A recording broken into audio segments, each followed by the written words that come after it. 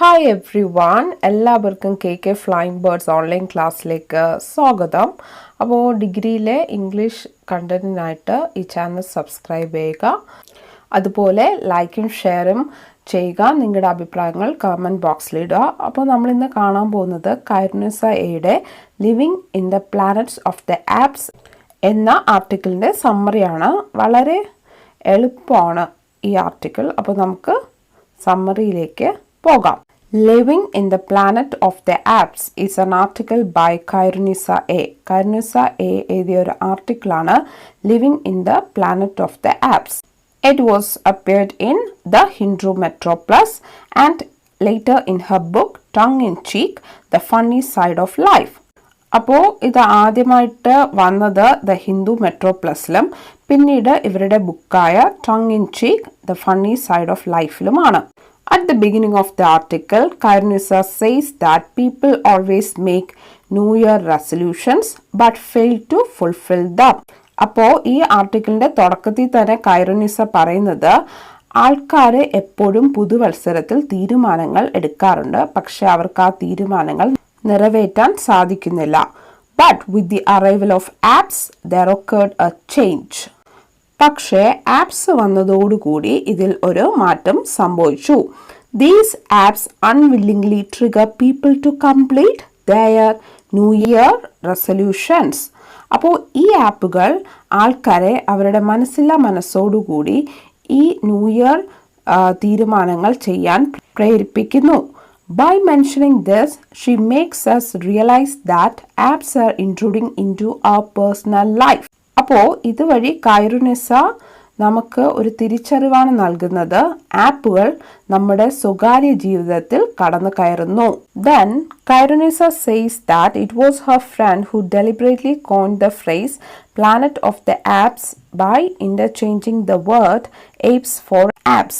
എന്നിട്ട് കൈറുനിസ പറയുന്നത് ആക്ച്വലി അവളുടെ ഒരു ഫ്രണ്ടാണ് ഈ പ്ലാനറ്റ് ഓഫ് ദ ആപ്സ് എന്ന് പറയുന്ന ഫ്രേസ് മനഃപൂർവ്വം ഉണ്ടാക്കിയത്. അവർ എയ്പ്സ് എന്ന് പറയുന്ന വാക്കിലെ ഈ മാറ്റിയിട്ട് പി ചേർത്തു, അങ്ങനെ ആപ്സ് ഉണ്ടായി. By comparing apps to Big Brother, Khyrunnisa gives awareness to the readers that those who are using apps are under surveillance. അപ്പോൾ ഈ ആപ്സുകളെ ബിഗ് ബ്രദറുമായിട്ട് ഉപമിച്ചിട്ട് കൈറുനിസ പറയുകയാണ് എന്താണ്, ഈ ആപ്സ് ഉപഭോക്താവിനെ എപ്പോഴും നിരീക്ഷിച്ചുകൊണ്ടിരിക്കുന്നു. എന്താണ് ബിഗ് ബ്രദർ എന്ന് പറയാം.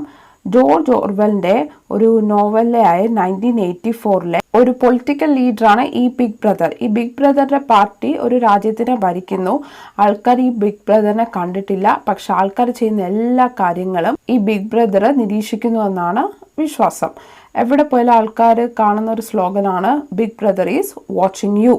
അതുകൊണ്ട് അവിടുത്തെ ആൾക്കാർ തെറ്റ് ചെയ്യാറില്ല. Also it takes and monitors users data without their knowledge. അതുപോലെ തന്നെ ഉപഭോക്താവിൻ്റെ ഡേറ്റ അവർ അറിയാതെ എടുക്കുകയും നിരീക്ഷിക്കുകയും ചെയ്യുന്നു. It was in 2010 that the American Dialect Society accepted the word app. അപ്പോൾ 2010 അമേരിക്കൻ ഡയലക്ട് സൊസൈറ്റി ആപ്പ് എന്ന് പറയുന്ന വാക്ക് അംഗീകരിച്ചത്. Now apps that are available in an Android tablet, an iPad or a smartphone have become part of one's everyday life. ഇപ്പോൾ Android ടാബ്ലറ്റിലും ഐപാഡിലും smart ഫോണുകളിലും എല്ലാം ലഭ്യമാകുന്ന ആപ്പുകൾ എല്ലാവരുടെയും ദൈനംദിന ജീവിതത്തിൻ്റെ ഭാഗമായി കഴിഞ്ഞു. It is easy to install an app. ഒരു ആപ്പ് ഇൻസ്റ്റാൾ ചെയ്യാൻ വളരെ എളുപ്പമാണ്. There are apps for playing games, education purposes, for example Byju's learning app, online shopping, for example Flipkart, video making, entertainment, improving a language, etc. ഇപ്പോൾ ഒരുപാട് തരം ആപ്പുകൾ ലഭ്യമാണ്. ഇപ്പോൾ കളിക്കാൻ വേണ്ടി ആപ്പുകളുണ്ട്, പഠനത്തിന് വേണ്ടി ആപ്പുകളുണ്ട്. ഉദാഹരണത്തിന് ബൈജൂസ് ലേണിംഗ് ആപ്പ്, പിന്നെ ഓൺലൈനായിട്ട് സാധനങ്ങൾ വാങ്ങിക്കാൻ ഫ്ലിപ്കാർട്ട്, വീഡിയോ ഉണ്ടാക്കാൻ ആപ്പുകളുണ്ട്, വിനോദത്തിന് ആപ്പുകളുണ്ട്, അതുപോലെ ഒരാളുടെ ഭാഷ മെച്ചപ്പെടുത്താനും ആപ്പുകൾ ഉണ്ട്. These apps cater to everyone's needs and tastes. അങ്ങനെ ആപ്പുകൾ എല്ലാവരുടെ ആവശ്യവും ഇഷ്ടങ്ങളും നിറവേറ്റുന്നു.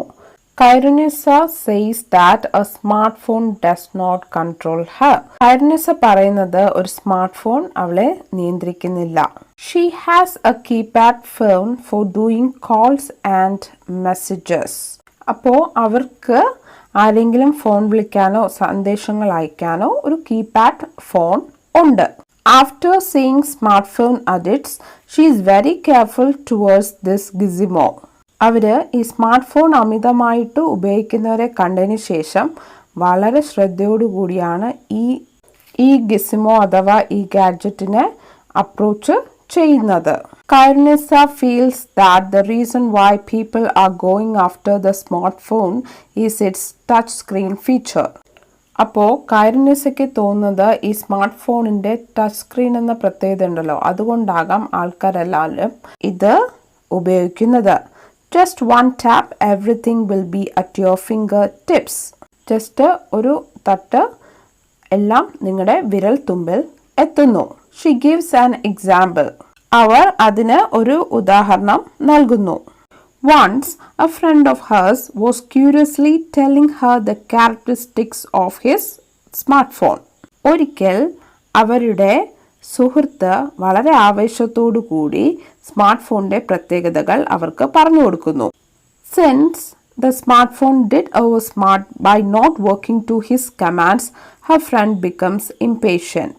അദ്ദേഹത്തിന്റെ നിർദ്ദേശം കേൾക്കാതെ സ്മാർട്ട് ഫോൺ ഓവർ സ്മാർട്ട് ചെയ്യുന്നത് കൊണ്ട് അയാളുടെ ക്ഷമ നശിക്കുന്നു. Then Khyrunnisa gives an example to show how a smartphone intrudes and disturbs one's privacy. Smart phone എങ്ങനെ ഒരാളുടെ സ്വകാര്യ ജീവിതത്തിൽ കടന്നു കയറുകയും ശല്യപ്പെടുത്തുന്നു എന്നതിന് ഉദാഹരണം Khyrunnisa അടുത്ത് നൽകുന്നു.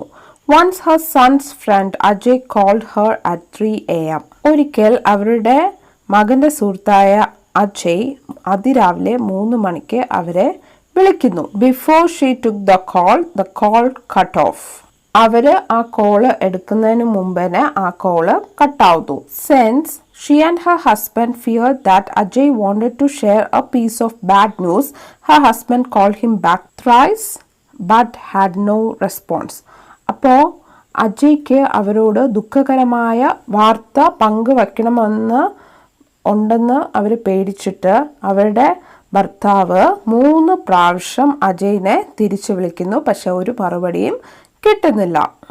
The next day, Ajay called them back to inform them that his smartphone makes odd calls without his knowledge to anyone at any time.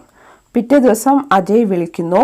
എന്നിട്ട് പറയാണ് അവൻ്റെ അറിവില്ലാതെ അവൻ്റെ സ്മാർട്ട് ഫോണ് ആരെയും എപ്പോൾ വേണമെങ്കിലും വിളിക്കും. This example proves that smart phone has a sneaky side. അപ്പോൾ ഈ എക്സാമ്പിൾ തെളിയിക്കുന്നത് നമ്മുടെ സ്മാർട്ട് ഫോൺ അല്പം ട്രിക്കിയാണ്. Then Khyrunnisa humorously says that a smartphone has a mischievous side too.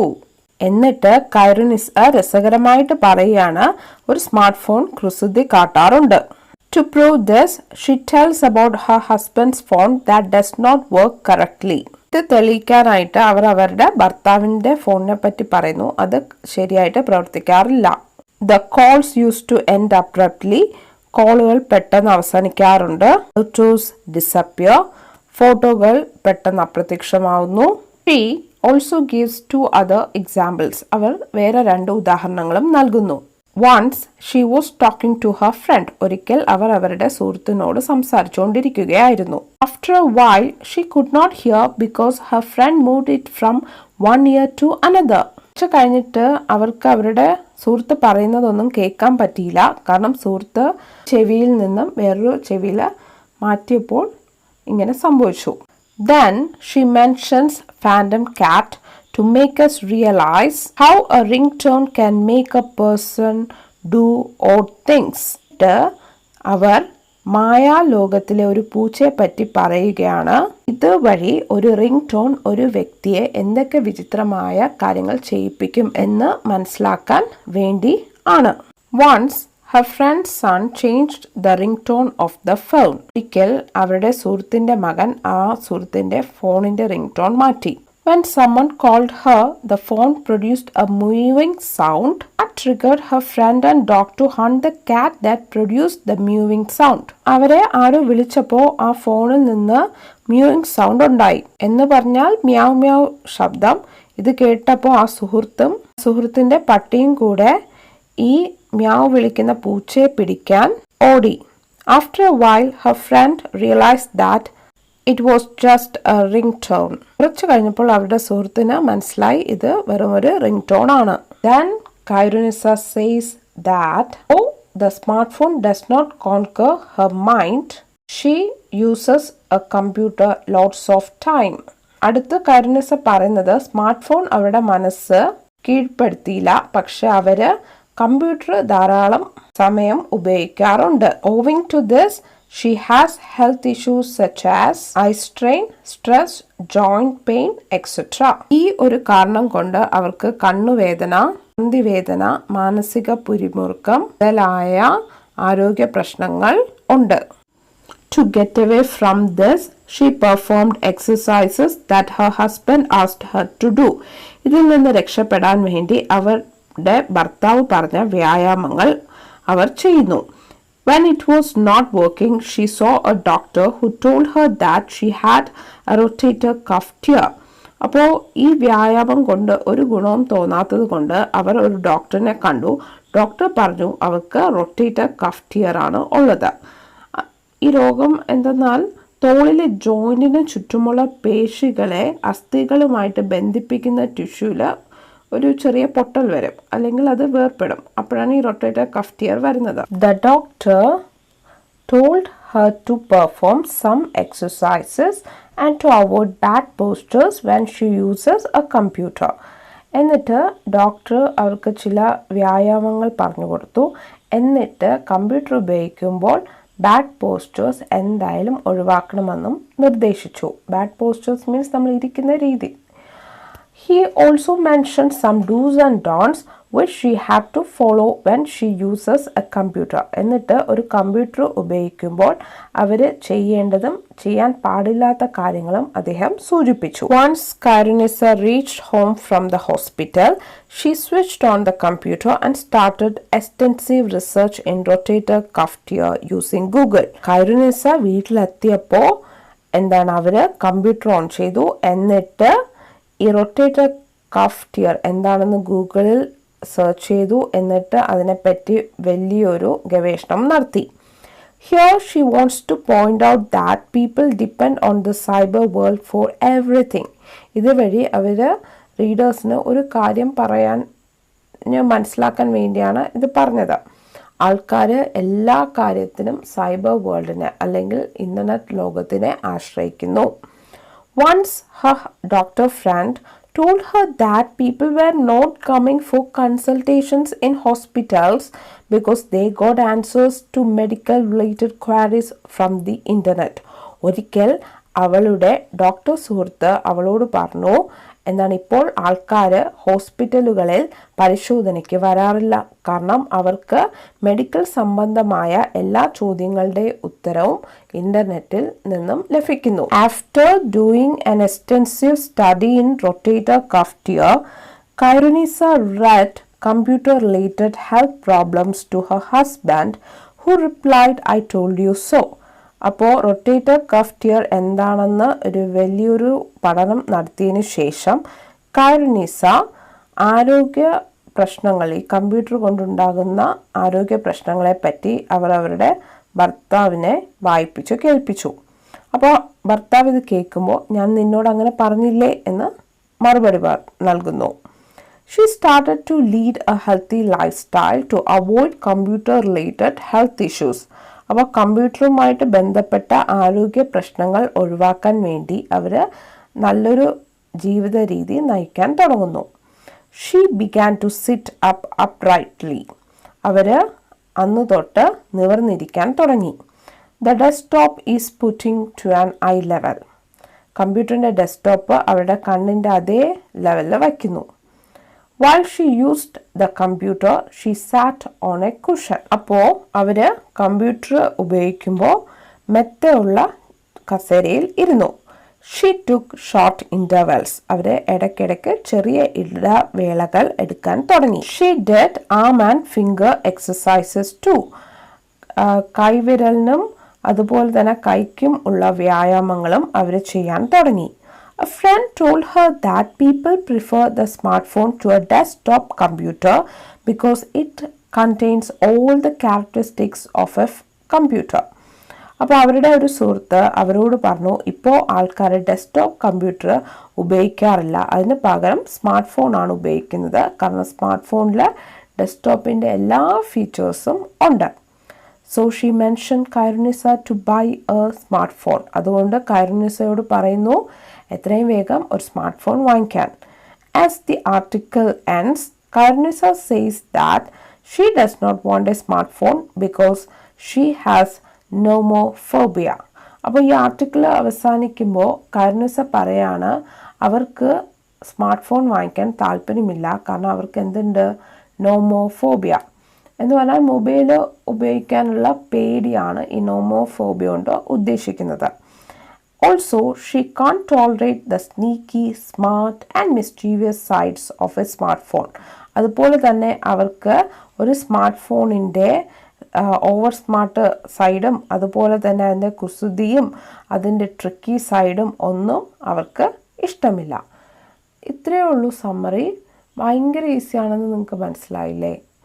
അപ്പോൾ ഇന്നത്തെ വീഡിയോ ഇവിടെ അവസാനിക്കുന്നു. എല്ലാവർക്കും ഇന്നത്തെ ക്ലാസ് ഇഷ്ടപ്പെടുകയാണെങ്കിൽ ലൈക്ക് ചെയ്യുക, ഷെയർ ചെയ്യുക, സബ്സ്ക്രൈബ് ചെയ്യുക. Thank you.